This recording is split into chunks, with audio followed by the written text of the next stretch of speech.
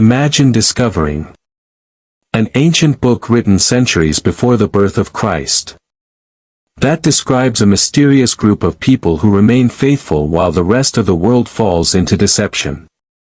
A book that speaks of judgment, a coming kingdom, a chosen people, and a figure known only as the elect one.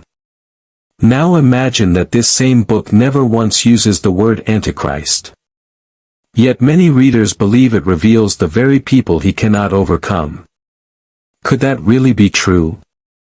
Or have generations of readers connected ideas that were never meant to fit together? Tonight, we're going back to one of the most mysterious ancient writings ever discovered, not to repeat popular theories, but to examine what the text actually says. Because if the Book of Enoch really identifies a people who cannot be deceived, we need to know who they are. At first glance, these books seem separated by centuries. Different authors, different audiences, different historical settings. Yet all of them return to the same questions. Who will remain faithful in the last days? How will evil rise? And why do some endure while others are led astray? Those questions have fascinated believers for generations. But one ancient book approaches them from a perspective unlike any other. Not the Book of Revelation. Not Daniel. The Book of Enoch. For centuries, many people believed the Book of Enoch had disappeared forever. Then, in the 20th century, fragments of it were discovered among the Dead Sea Scrolls. That discovery confirms something remarkable. Long before the New Testament was written, the Book of Enoch was already being read and copied by certain Jewish communities. That doesn't settle every debate about the book. Different Christian traditions continue to disagree about its authority. But it does tell us something important. The world Jesus entered already knew this text, which makes the next question impossible to ignore. One title appears throughout the Book of Enoch again and again. The elect one. Not the king. Not the prophet. Not the priest. The elect one. Who is this mysterious figure? Why does Enoch give him such a central role? And what does his identity have to do with the people Jesus would later call the elect? The answer begins with a passage that many readers overlook. And once we examine it closely, the rest of the mystery starts to unfold. Before we continue, if you enjoy exploring the Bible, the Book of Enoch, the Dead Sea Scrolls, and other ancient writings through careful research rather than sensational claims, consider subscribing to the 9th Tablet. Every week, we investigate another mystery hidden within the ancient texts. If you read the Book of Enoch from beginning to end, one title appears again and again. The elect one. Not just once. Not as a passing reference, but as one of the central figures in the entire book. Yet there's a problem. Enoch never pauses to explain who the elect one is. It's as though the original audience already understood the title. For modern readers, however, it raises an obvious question. Who was Enoch talking about? A future king? A heavenly being? The promised Messiah? Or someone else entirely? Before we can understand who the elect are, we first have to understand the one they follow. Enoch describes the elect one in extraordinary language. He is chosen by God. He stands in God's presence. He brings justice to the nations. The proud fear him. The wicked cannot escape his judgment. Again and again, Enoch presents him as the one through whom God's righteousness will ultimately prevail. For centuries, Jewish readers debated his identity. Some believed the elect one referred to the coming Messiah. Others saw the figure as symbolic. Whatever conclusion one reaches, one thing is clear. The elect one is at the very heart of Enoch's vision of the future. And that's where the mystery deepens. As the visions continue, Enoch introduces another title. The Son of Man. Suddenly, readers are faced with two names that appear to describe the same mysterious figure.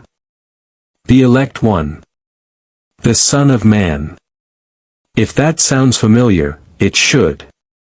Because centuries later, Jesus would refer to himself as the Son of Man more than any other title recorded in the Gospels. Does that mean Jesus was directly identifying himself with Enoch's figure? Some scholars think the connection is significant. Others urge caution. The texts don't answer that question explicitly. But they do invite us to compare them carefully. One reason this comparison matters is historical. When the Dead Sea Scrolls were discovered, they included multiple copies of the Book of Enoch. That tells us something important. This wasn't an obscure manuscript gathering dust on a forgotten shelf. It was known, copied, read, and valued by at least some Jewish communities before the time of Jesus. That doesn't tell us how Jesus viewed the book. But it does remind us that his audience may already have been familiar with its language and imagery. And that makes his next words even more intriguing. If you've studied the Book of Enoch before, I'd love to know your perspective. Who do you believe the elect one represents? Share your thoughts in the comments, and let's explore the evidence together. Everything we've uncovered so far leads to one unavoidable question. When Jesus spoke about the elect, was he simply using a familiar expression? Or was he drawing upon ideas his audience already knew from ancient Jewish writings like the Book of Enoch? The answer isn't as straightforward as many assume. And to find it, we need to examine one of the most discussed passages in the Gospels. Because one phrase spoken by Jesus has fueled this debate for generations. Near the end of his earthly ministry, Jesus' disciples asked a question that has fascinated believers for nearly 2,000 years. What will be the sign of your coming, and of the end of the age? It wasn't a casual question. They wanted to know what the future would look like. How would they recognize the end? What dangers would God's people face? Jesus' answer began with a warning that still echoes today. See that no one deceives you. Before he spoke about wars, before famines, before earthquakes, Jesus warned about deception. That order matters. Jesus described a time when false teachers would rise, claiming authority, claiming the truth, and leading many people astray. He warned that deception wouldn't be obvious. It would be convincing, persuasive, powerful enough to mislead countless people. Then, almost in passing, he made one statement that has sparked centuries of debate. Notice exactly what Jesus said. He didn't say the elect would be deceived. He said, if possible. Those two words have led readers to ask an important question. Does Jesus mean the elect cannot ultimately be deceived? Or is he simply emphasizing how dangerous the deception will be? Christians have answered that question in different ways. But nearly everyone agrees on one thing. Jesus deliberately singled out the elect as a unique group. Which brings us back to the Book of Enoch. The Book of Enoch repeatedly contrasts two groups of people. Those who reject God's ways, and those who remain faithful to him. Jesus describes something remarkably similar. A time of widespread deception. Yet a people who endure. Does that prove Jesus was quoting Enoch? No. The evidence doesn't allow us to make that claim. But it does raise a fascinating possibility. Both texts are deeply concerned with the same question. Who will remain faithful when truth becomes difficult to recognize? That question is just as relevant today as it was 2,000 years ago. If you're enjoying this investigation, consider subscribing to the 9th tablet.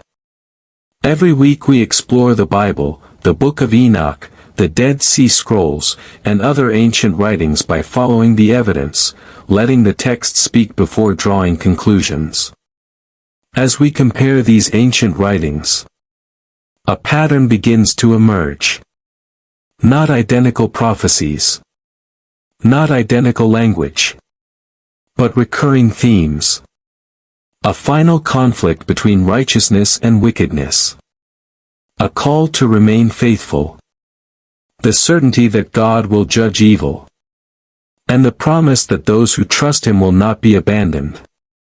But there's one piece of the puzzle we still haven't answered. If the Book of Enoch never mentions the Antichrist, how did those two ideas become linked in the minds of so many readers? The answer lies in the centuries that followed. And understanding that history changes how we read both Enoch and the New Testament. By now, we've established something important. The Book of Enoch never uses the word Antichrist. Not once. Yet countless books, sermons, documentaries, and online discussions link the two together as though they were inseparable. So where did that connection come from? The answer isn't found in a single verse. It's found in the way readers, over many centuries, began comparing different biblical prophecies. One of the easiest mistakes to make when studying biblical prophecy is assuming every evil figure mentioned in Scripture refers to the same person. But the New Testament uses several different descriptions. John speaks of the Antichrist. Paul describes the man of lawlessness. Revelation introduces the beast. Many Christians believe these passages ultimately point to the same final opponent of God. Others see them as describing different figures or different aspects of evil. Whatever position a person takes, one thing is certain. Each author writes with a different purpose. And none of them quote the Book of Enoch when introducing these figures. What the Book of Enoch does describe is a world consumed by rebellion. It speaks of corrupt rulers, spiritual corruption, violence, pride, and humanity turning away from God's ways. These themes sound familiar because the Bible also warns of societies that reject God and embrace deception. That's where many readers begin making the connection. Not because Enoch predicts an individual called the Antichrist, but because both Enoch and the New Testament describe a world in desperate need of God's judgment. Think of it this way. The Book of Enoch lays a foundation. Daniel develops similar themes. Jesus warns that deception will increase. The apostles continue those warnings. Finally, Revelation brings many of those ideas together in symbolic visions of the last days. Each book adds another piece to the picture. None of them say exactly the same thing. But together, they explore the same spiritual reality. Humanity will face deception. God's people are called to remain faithful. And in the end, God's justice will prevail. If you're finding this investigation helpful, let me ask you something. When you study ancient texts like the Book of Enoch, do you prefer looking at them on their own? Or comparing them with the rest of Scripture? Let me know in the comments. Some of the best discussions on this channel come from hearing different perspectives backed by thoughtful study. Perhaps that's why the Bible places so much emphasis on discernment. The goal isn't simply to identify every false teacher. It's to recognize the shepherd's voice. The faithful aren't protected because they possess secret knowledge. They're protected because they remain rooted in the truth. That idea echoes throughout the Scriptures. And it's one of the strongest themes running through the Book of Enoch as well. Which brings us back to the question that started this investigation. Who exactly are the elect? Were they a special group living only in Enoch's vision? Were they the faithful of Israel? Or was Jesus referring to everyone who belongs to God? The answer isn't found by looking at one verse. It's found by following the story from beginning to end. And that's exactly where we're headed next. We've followed the trail from the Book of Enoch to the teachings of Jesus, to the writings of the apostles. Now we're ready to answer the question that has been at the center of this investigation. Who are the elect? The answer may be simpler than many people expect. But reaching it requires us to let Scripture interpret Scripture. Throughout the Bible, God repeatedly chooses people for His purposes. Israel is called His chosen nation. Certain individuals are chosen for specific missions. Prophets are chosen to speak. Kings are chosen to lead. But when Jesus speaks about the elect, His focus is different. He isn't describing a political nation. Nor is He identifying a secret society with hidden knowledge. He is speaking about those who belong to God. Those who remain faithful, even when the cost is high. One of the clearest themes running through the New Testament is that God's people are known by their relationship with Him. Not because they never face temptation. Not because they never encounter deception. But because they continue to follow the voice of the shepherd. That doesn't mean the journey is easy. It means their confidence rests in God rather than in themselves. When Jesus warned about deception, His message wasn't intended to create fear. It was meant to encourage perseverance. The Book of Enoch presents the same broad picture. Again and again, it contrasts two paths. The path of the righteous. And the path of the wicked. The righteous endure. The wicked face judgment. The emphasis isn't on discovering hidden information. It's on remaining faithful to God. That is why the book repeatedly returns to the same themes. Justice. Righteousness. Patience. And hope. Those themes don't belong to Enoch alone. They run throughout the Bible. If this documentary has challenged the way you think about the Book of Enoch, I'd love to hear from you. Do you think the Book of Enoch helps us better understand certain biblical passages? Or do you believe it should only be read as an ancient historical document? Share your thoughts below. As always, let's keep the conversation respectful and centered on the evidence. Perhaps that's the greatest lesson this ancient book leaves behind. Not that we should become obsessed with identifying every future event. Not that we should build our faith on speculation. But that every generation is called to remain faithful. The Book of Enoch reminds us that evil does not have the final word. Jesus reminds us that deception will come. And together, both point toward the same hope. God has not abandoned those who trust Him. We've traveled through one of the most debated ancient books ever written. We've compared its language with the teachings of Jesus. We've examined where the idea of the Antichrist comes from. And we've followed the thread that runs from Enoch to the New Testament. Now it's time to step back and ask a simple question. What does the evidence actually show? First, the Book of Enoch clearly speaks about a people who remain faithful to God. It describes them as the righteous. The chosen. The elect. Second, it never identifies a figure called the Antichrist. That title belongs to the New Testament. The connection many people make today comes from comparing similar themes, not from a direct prophecy in Enoch itself. And finally, its central message isn't about satisfying curiosity. It's about preparing the heart. Again and again, Enoch reminds his readers that evil will not endure forever, and that God will ultimately bring justice. Whether you believe the Book of Enoch should be read as inspired scripture, or as an important ancient Jewish text, its influence on history is impossible to ignore. It shaped conversations. It influenced expectations. And it helps us understand how many people living before the time of Christ viewed the coming judgment of God. That doesn't mean every statement in the book should be accepted without question. Nor does it mean the book should be ignored. Like every ancient source, it deserves careful reading, historical context, and thoughtful comparison with Scripture.